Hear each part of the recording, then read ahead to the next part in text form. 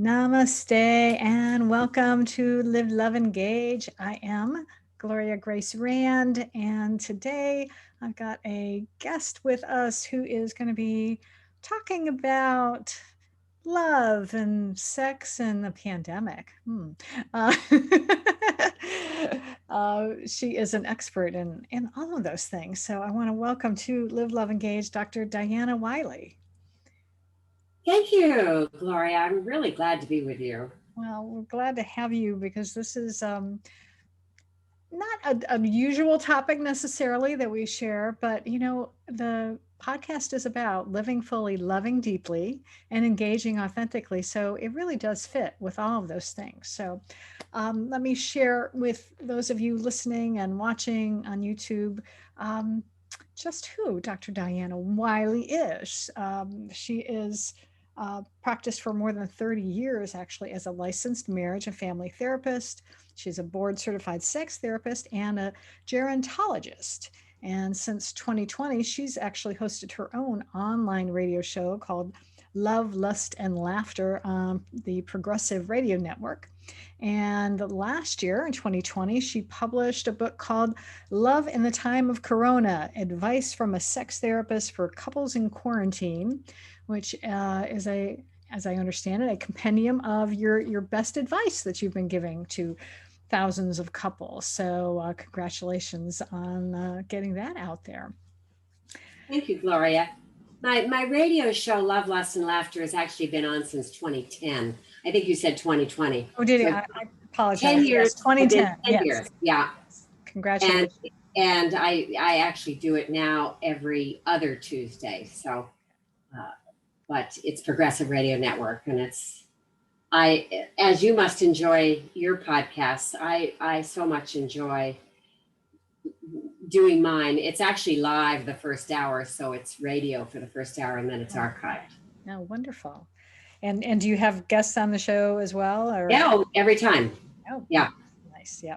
Yeah, that's what I love. I love actually getting to meet interesting people like yourself. So, me too. Yeah. So let's get to this a little bit, and I guess maybe actually share with us why you decided to put together this book.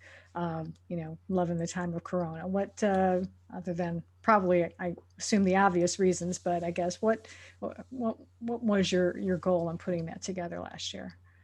Well, in March of last year, it became quite apparent that we were in serious trouble with the pandemic, and I switched from in-person sessions to Zoom sessions, and I could see that my clients were very upset, and if they had issues, and usually they had issues because they contacted me for therapy. Mm-hmm. These seem to be the issues seem to be extra horrible because they were stuck together. Forced togetherness.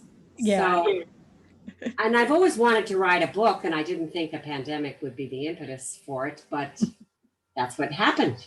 Yeah. It's I think turned out to be a time of a lot of creativity for a lot of people because we were stuck home and having to look for other outlets. I know I spent a good time working on my book last year as well. But now one of the things that you talk about, I guess, and I guess this comes up in the book, is you promote the idea that couples should actually have more sex while they're stuck at home together. And how would that help, especially if maybe there's, tension around the fact that, suddenly your spouse is home, 24/7 instead of going to the office for 8 hours a day? One of the things that I like to point out to begin with is that it's far more painful. It's much harder to be a sexless couple than it is to do the work. And when we have good emotional, physical sex, when our emotional intimacy is present and there we have emotional foreplay, then our physical intimacy is better. And so I point that out, and I say that I remind them that sex is fun, it's free, and it's the fountain of youth. Mm. But it's great sex is, and I think with all of your spiritual overlays in your work, Gloria, Mm-hmm. I think great sex is not about how your body looks or what position it's in, but it's about the emotional, perhaps even spiritual, they're often together, connection with your partner. Yeah, absolutely. Yes. So yeah, good sex is helps with anxiety. It helps with your immune system. It helps the couple feel closer. Um, some A study showed that couples that had frequent sex, if they had arguments, they got over them faster. But most of them had fewer arguments as a result of having more sex. It's kind of the glue of a relationship, in my opinion. But how would a couple go about maybe instigating this, I guess, if they're really having trouble communicating? Maybe they're at an impasse with each other. How are they going to do, follow this prescription, as it were? Yes. Well, it begins with having a heartfelt talk Mm. and,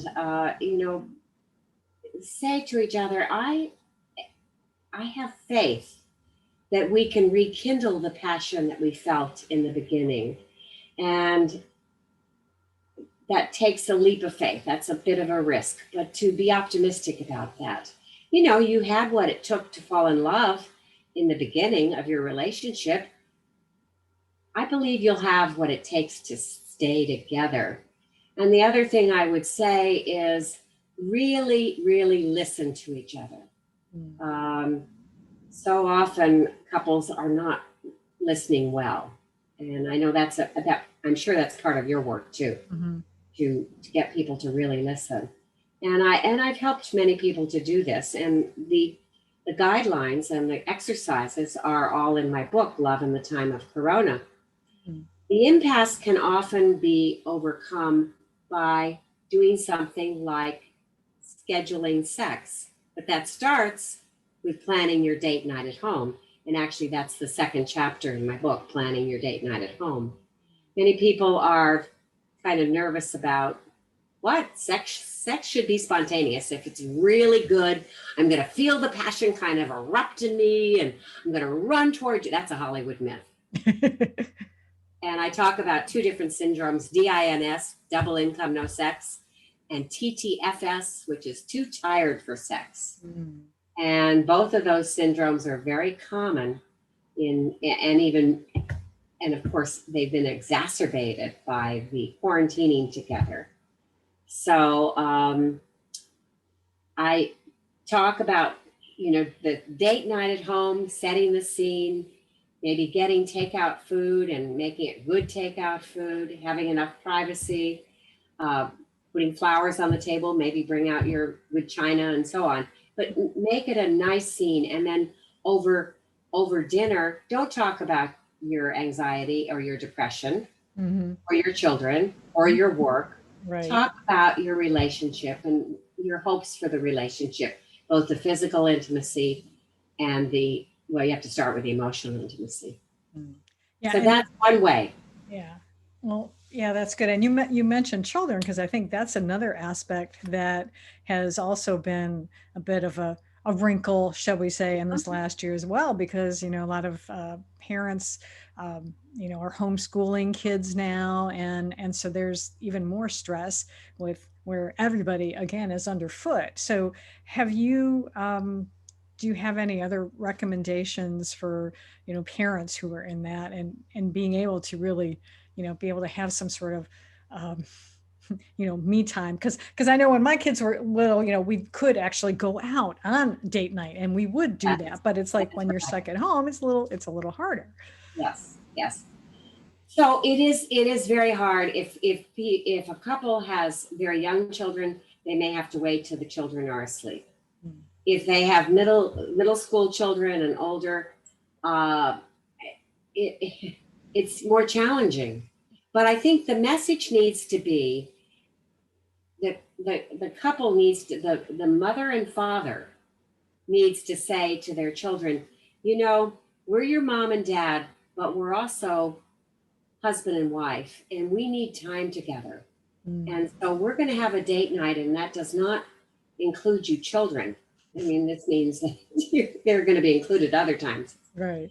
And maybe you put them in front of a movie or something in the television.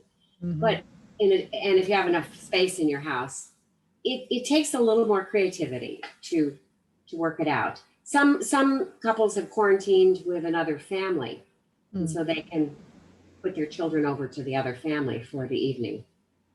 Yeah. So, but there are ways you can get around it. You know, it depends on the motivation. And when I've seen transformations in couples, and that's one reason why I have no plans to retire. And God willing, I keep my marbles, and so far so good. I'm in my 70s. My husband and I have a very robust sex life. And I practice what I preach. We practice what I preach. And it makes our marriage so much better. You know, couples, especially women, older women often fold up their tents. And they might need some bioidentical hormone replacement therapy if they can get that. There are lots of things you can do for inhibited desire, but that's very, very common. So, but it helps a lot. But we need to think about sex not just as intercourse. I have a whole chapter on that too. Let touch relieve stress. And so I talk about outer course, which is everything but intercourse. And I have 4 stages for kind of getting back together. And the first 2 stages, these are all touch exercises, also called sensate focus, don't even involve intercourse, the first 2 stages. And I have a 95-year-old friend who has a partner of some 20 years. She's a bit younger, not a lot. Yeah. And I sent him a book, and he and his partner immediately did stage 1, which is face, hands, and feet. And he said, I wished I'd had your book 70 years ago, because it would have saved me so many years of frustration. He said, I always thought I had to be touched first on my genitals. And he said, that was not true. I loved the feelings of being touched in other parts of my body. And it was very arousing. Wow. Well, that's an enlightened man. So that's good. Yeah, he is enlightened. He is enlightened. I appreciate that. What would you say, how would you help someone who is, let's say, one partner, you know, really does get into more of the physical aspects, whereas the other partner wants more of the emotional connection? How do you help some, you know, couples in that instance? Well, they need to have more emotional foreplay, say the woman. And a lot of women want men to slow down, do more, care more. And so you've got to have that talk. And one of the exercises I have toward the end of my book, Love in the Time of Corona, is a sweet nothings exercise. And this can really help. So you take turns. I have the couple facing each other, knee to knee, holding hands, making eye contact. And they say, this is what I really love and appreciate about you. And they take about a minute to say all the reasons why they're loving and appreciating their partner. Yeah. And then they switch and the other person does it. And then if I'm doing it in my session, I help them process it. If they're doing it alone, and that's usually going to be the case, they should talk about it after and say what it meant to them. I've had men actually cry a couple of different times, cry because they were so happy to hear something positive and appreciative. Yeah. And so that can be one way. You've got to break down these barriers, these communication barriers, and start. Yeah, that makes sense. Because you know, nobody likes to just hear all the complaining. about about myself, or something like that, and having the partner focusing on what's wrong with you instead of focusing on what's right with you. So that makes sense. Yes, it helps. And it also helps that to let your partner know that you are physically and spiritually present. Mm. What do you mean by that? And well, I mean, you need to be in the moment and mindfulness. Mm. And many women in particular multitask when they're being sexual. Mm. They're thinking about other things. Women actually have a bigger corpus callosum, which is the connecting tissue between the right and left hemispheres of their brain. Mm. And we may have been hardwired like that in our brains, because if we have a baby and if we're making love to our husband, we also have to be able to hear the baby cry. Yeah, that's true. And when the baby grows up and the woman's still multitasking, she's thinking about other things because she doesn't really want to be there.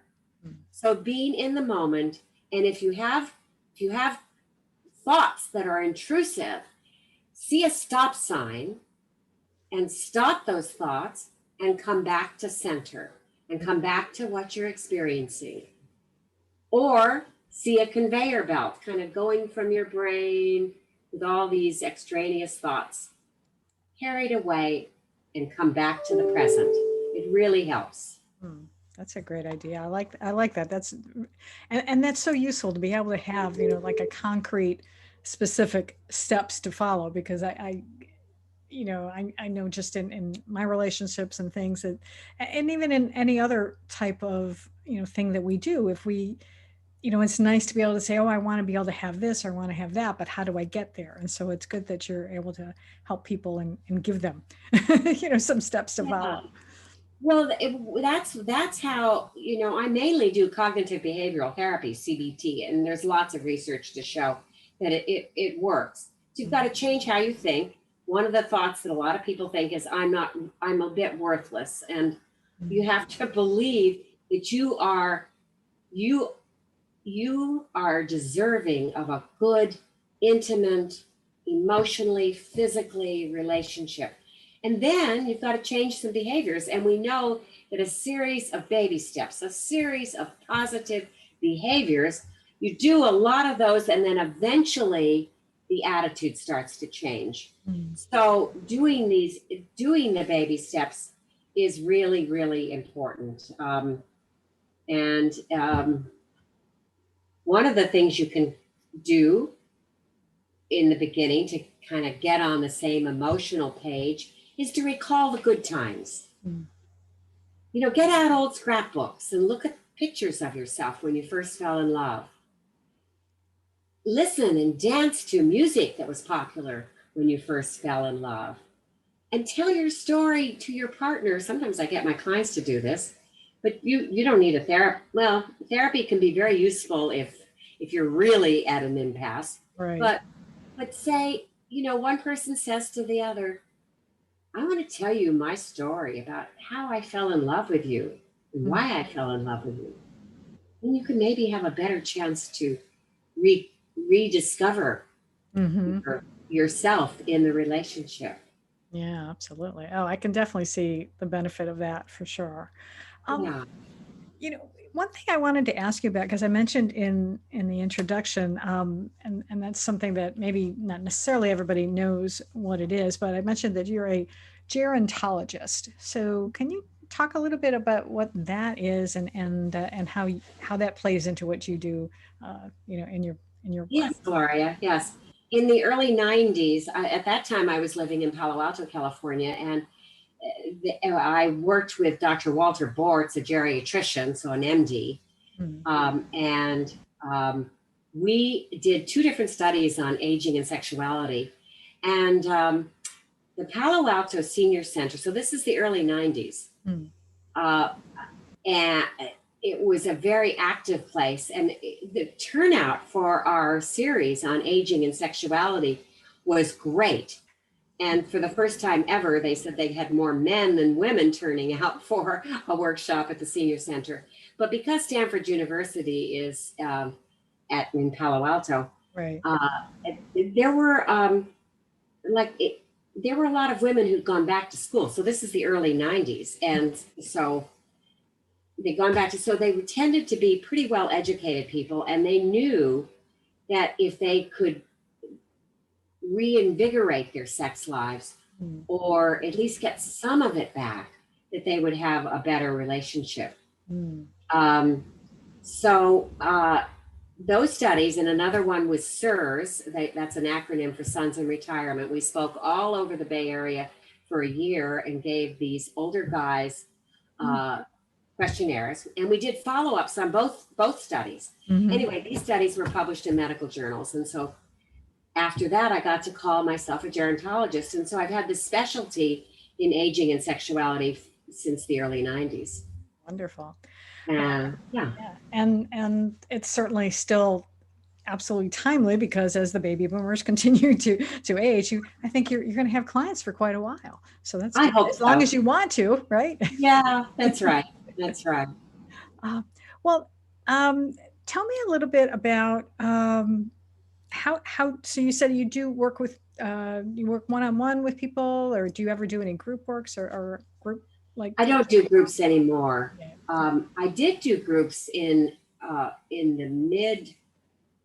early 90s and mid 90s before I moved to Hawaii. I was still in Palo Alto, and 2 women's sexuality groups, and they'd all had sexual trauma and they weren't having orgasms. So, and then much later, I worked at UCLA's Female Sexual Medicine Center, did some groups there, but mostly not. Mostly I see couples, and then I do see individuals too.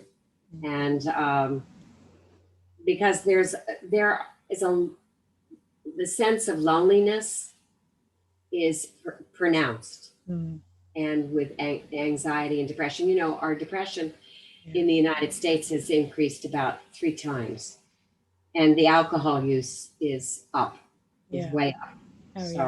Yeah, definitely. I do see individuals, and then we talk about how you might even find a partner even in a quarantine, and it mostly involves spending a lot of time, maybe more time with courtship over Zoom before you ever meet in person. And a question that you might ask a single person that you're communicating with is, what does social distancing mean to you? That's a good question. Yeah. Because some people may not, if you're being really adamant about, and most people that I know they're being very careful. You don't want someone who's going to be very casual and doesn't wear a mask and all of that. So there are things to negotiate, but mostly I see couples. Yeah. All right. Well, awesome. Well, if someone wants to be able to maybe, number one, get a copy of your book and maybe learn some more about you, where is the best place for them to do that? Well, I developed since March and since the publication of the book in May, an advice website, and that is deardrdiana.com. Dear Dr. DR, or spelled out, it doesn't matter, drdiana.com. And so there you will see people who have written in questions, so it's an advice thing, but also there are links to my YouTube channel where I have advice about different things coming from my book. And then there's a link to buy the book, which is available on Amazon. So you can go directly to Amazon or deardrdiana.com.